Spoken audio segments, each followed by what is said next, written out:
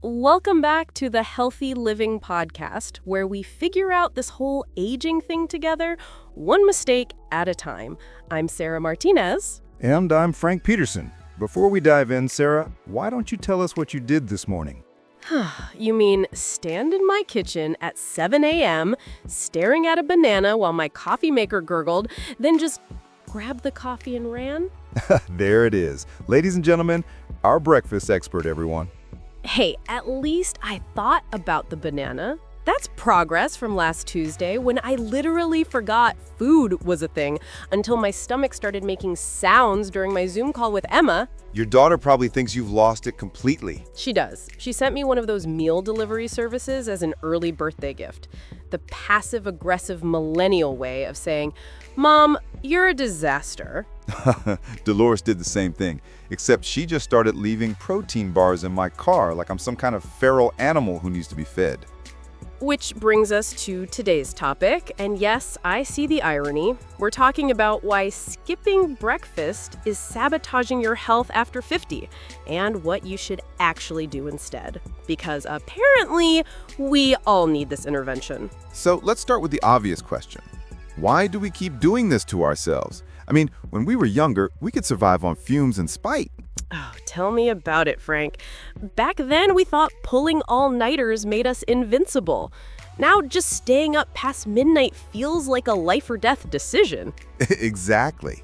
I remember pulling all-nighters in my 30s, living on coffee and whatever was in the office vending machine. Now, if I skip breakfast, by 10 a.m., I'm questioning every life decision I've ever made.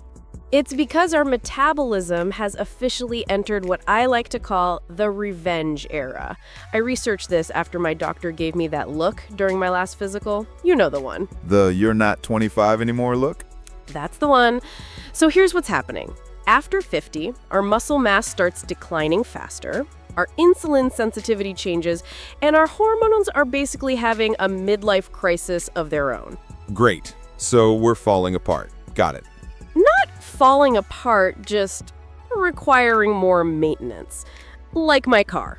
It still runs, but now I actually have to follow the service schedule. Speaking of maintenance, let's talk about what happens when we skip breakfast. And I don't mean the hangry part, though Dolores would argue that's reason enough.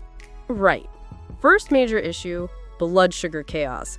When you skip breakfast, especially if you had dinner early the night before, you're looking at 12 to 16 hours without food. Your blood sugar drops, then when you finally eat, it spikes dramatically. Which explains why I can demolish an entire sleeve of crackers at 11 a.m. and still feel terrible. Exactly! Your body goes into panic mode.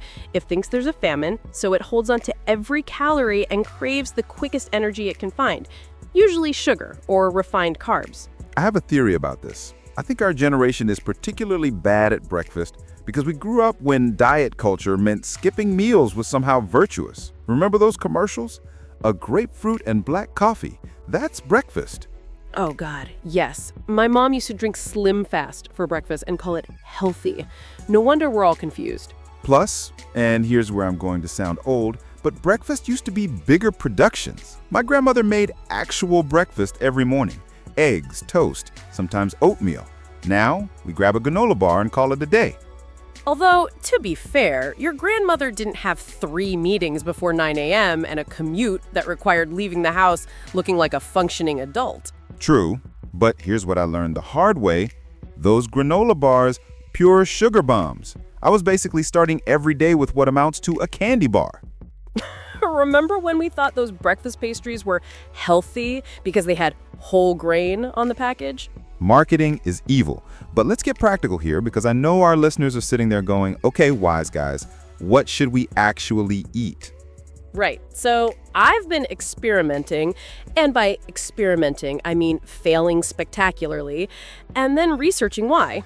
The key is protein and fiber. Not rocket science, but apparently my brain at 7 a.m. disagrees.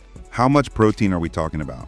About 20 to 30 grams, which sounds like a lot until you realize it's basically 2 eggs and some Greek yogurt. Or if you're like me and cooking feels impossible in the morning, there are shortcuts. Please tell me these shortcuts don't involve buying something that costs $12 and tastes like cardboard. No, though I've definitely fallen for that trap. I'm talking about things like overnight oats with protein powder, or even just keeping hard-boiled eggs in the fridge. Emma taught me this trick where you make a week's worth of breakfast burritos and freeze them. Your daughter is smarter than both of us. Considerably. But here's what really changed the game for me. I stopped trying to be perfect. I used to think breakfast had to be this beautiful, Instagram-worthy meal. Now I aim for good enough to keep me human until lunch. That's actually brilliant, because the perfect breakfast you don't eat is infinitely worse than the mediocre breakfast you actually consume. Exactly! And speaking of mediocre, let me tell you about my current go-to morning routine that would make nutritionists everywhere weep. Oh, this should be good. I keep a container of mixed nuts, some cheese sticks, and those little packets of instant oatmeal in my desk drawer. Not glamorous, but it's protein, fiber, and it prevents me from eating my hand during the 10 o'clock meeting. You know what? That's actually smart. My version is keeping a bag of trail mix in the car and eating it at red lights. Dolores thinks I've lost my mind, but it works. We're basically adult toddlers who need snack management. But here's the thing nobody talks about. Timing matters more now. I can't eat a big breakfast at 6 a.m. anymore. I feel sluggish all morning. But if I wait too long, I turn into a complete disaster. Yes, I found my sweet spot is about 30 minutes after I wake up. Something small, then something more substantial an hour later. It's like I need to wake up my digestive system gradually. Which brings up another point. What about those people who say they're not breakfast people? Because I used to be one of them. I think that's often code for I don't want to deal with another thing in my morning routine. Which, fair enough. Mornings are already chaos. Or they associate breakfast with feeling sick. I used to think I couldn't eat early because it made me nauseous. Turned out I was drinking coffee on an empty stomach and wondering why my digestive system was staging a revolt. Oh God, coffee on an empty stomach after 50 is basically asking your body to file a formal complaint. Right. So now I have this little routine: glass of water first, then a piece of toast or a banana, then coffee. Revolutionary stuff here, people. But it works, and that's the point. We're not trying to win any nutrition awards. We're trying to not feel like garbage by mid-morning. Let's talk about the social aspect too, because I think part of why we skip breakfast is that it feels selfish to take that time. Oh, that's interesting. Like, we'll make sure everyone else in the family is fed and ready, but taking 10 minutes for ourselves feels indulgent? Exactly. And especially for women of our generation, you were taught to take care of everyone else first. Oh, guilty as charged. I'll make sure Emma ate when she visits, make sure there's food for whoever, but then I'm running out the door with nothing. It's self-care disguised as basic human maintenance. And here's the thing, when you skip breakfast, you're basically guaranteeing you'll make worse decisions all day. Because you're hangry and your blood sugar's on a roller coaster, I make terrible food choices when I'm hungry. Like, I'll skip breakfast, then eat a muffin the size of my head at the coffee shop because I'm desperate. The muffin of desperation. I know it well. So what's the solution for people who genuinely don't have time or don't feel hungry in the morning? Start small. I mean really small. When I first started eating breakfast again, it was literally just a handful of nuts while my coffee brewed. That's it. And work up from there. Your appetite will adjust.